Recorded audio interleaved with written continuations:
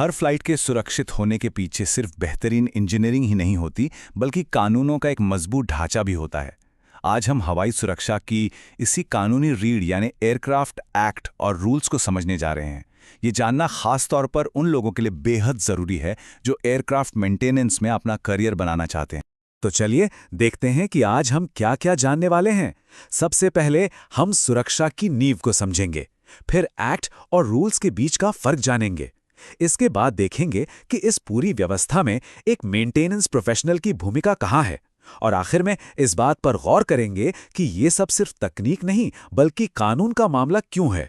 तो शुरुआत करते हैं सबसे बुनियादी सवाल से, आखिर इन कानूनों की ज़रूरत ही क्यों पड़ी। देखिए, ये सिर्फ नियमों की एक मोटी किताब नहीं है, बल्कि इसके पीछे एक बहुत बड़ा मकसद छुपा है।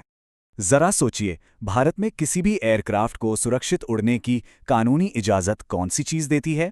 इसका जवाब किसी एक पुर्जे या कागज़ में नहीं, बल्कि कानून के एक पूरे सिस्टम में है।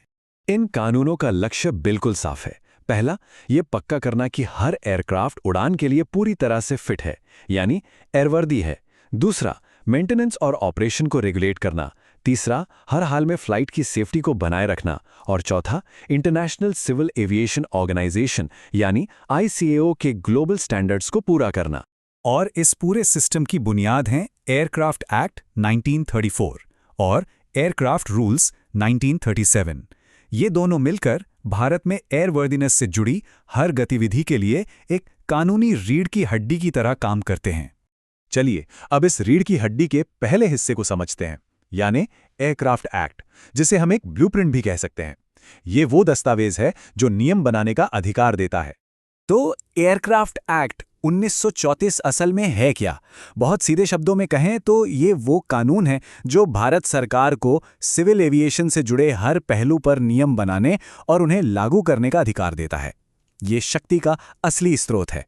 एक्ट और रूल्स के बीच का ये फर्क समझना बहुत जरूरी है। सोचिए, एयरक्राफ्ट एक्ट एक ब्लूप्रिंट की तरह है जो सिर्फ सरकार को शक्ति देता है। वहीं एयरक्राफ्ट रूल्स एक मैनुअल की तरह हैं जिसमें सारी डिटेल्स दी गई हैं कि काम कैसे करना है। और हाँ, ये रूल्स कानूनी तौर पर लागू होते हैं। ब्लूप्रिंट को समझने के बाद अब बारी है मैनुअल की, यानी एयरक्राफ्ट रूल्स की। इसी में वो सारी खास बातें लिखी हैं जिनका पालन मेंटेनेंस प्रोफेशनल्स को करना होता है। सबसे पहला और सबसे अहम नियम है सर्टिफिकेशन। हर एयरक्राफ्ट के पास एक वैलिड सर्टिफिकेट ऑफ एयरवर्दीनेस या C होना ही चाहिए। यह सर्टिफिकेट इस बात की गारंटी है कि एयरक्राफ्ट अपने डिजाइन के हिसाब से बना है और उड़ने के लिए बिल्कुल सेफ है। इसे जारी करने का अधिकार सिर्फ DGCA यानी directorate general of civil aviation के पास है। और यहीं पर मेंटेनेंस प्रोफेशनल्स की भूमिका सबसे अहम हो जाती है। नियम साफ कहते हैं कि मेंटेनेंस सिर्फ DGCA से मान्यता प्राप्त संगठन ही कर सकते हैं जो CAR 145 के नियमों का पालन करते हैं। काम में हमेशा अप्रूव्ड डेटा और प्रोसीजर का ही इस्तेमाल होना चाहिए, और काम पूरा होने के बाद उसे सर्टिफाई करने का अधिकार सिर्फ लाइसेंस्ड इंजीनियर्स को है जिनके नियम CAR 66 में दिए गए हैं। ये पूरा सिस्टम सिर्फ भरोसे पर नहीं बल्कि निगरानी पर चलता है। DGCA को एयरक्राफ्ट और मेंटेनेंस ऑर्गेनाइजेशंस का निरीक्षण और ऑडिट करने का पूरा अधिकार है।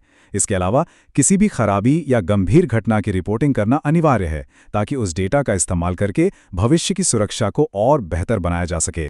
तो इन सब बड़े बड़े कानूनों का रोज के काम से क्या ताल्लुक है? चलिए अब ये समझते हैं कि हैंगर के फ्लोर पर ये कानून कैसे काम करते हैं। एक एयरक्राफ्ट मेंटेनेंस प्रोफेशनल के तौर पर 4 मुख्य कानूनी जिम्मेदारियां होती हैं। पहली, एयरक्राफ्ट रूल्स और कार्स को अच्छी तरह से समझना। दूसरी, मेंटेनेंस का काम हमेशा और हर बार अप्रूव्ड डेटा और प्रोसीजर के हिसाब से ही करना। तीसरी, किसी भी काम को तभी सर्टिफाई करना जब 100% यकीन हो कि सब कुछ नियमों के मुताबिक है और एयरक्राफ्ट सुरक्षित है। और चौथी, हर खराबी या घटना की रिपोर्ट तुरंत और ईमानदारी से करना। और अब आते हैं सबसे अहम बात पर। यह समझना बहुत जरूरी है कि ये सिर्फ टेक्निकल गाइडलाइंस नहीं है, ये कानून है और इनका पालन न करने के गंभीर कानूनी परिणाम हो सकते हैं। ये टेबल पूरे स्ट्रक्चर को बहुत अच्छे से समझाती है। सबसे ऊपर है एयरक्राफ्ट एक्ट जो कानूनी अधिकार देता है। उसके नीचे आते हैं एयरक्राफ्ट रूल्स जो लागू करने योग्य जरूरतें बताते हैं। और फिर आते हैं CARs और सर्कुलर्स जो काम करने के लिए डिटेल्ड टेक्निकल गाइडेंस देते हैं। इस एक लाइन को हमेशा याद रखना है, एयरवर्दीनेस के नियमों का पालन करने में विफलता एक कानूनी अपराध है। यह कोई छोटी मोटी तकनीकी गलती नहीं, बल्कि कानून का सीधा सीधा उल्लंघन है। तो इसका मतलब क्या हुआ? इसका मतलब है कि मेंटेनेंस सर्टिफिकेशन पर किया गया हर सिग्नेचर सिर्फ एक काम पूरा होने का सबूत नहीं है। ये एक कानूनी घोषणा है जिसके साथ पेशेवर जवाबदेही जुड़ी होती है। एयरवर्दीनेस सिर्फ एक टेक्निकल कॉन्सेप्ट नहीं, एक कानूनी दायित्व है।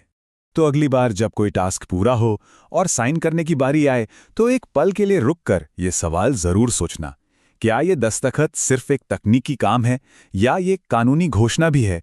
इसका जवाब ही एक जिम्मेदार प्रोफेशनल के तौर पर पहचान बनाता है।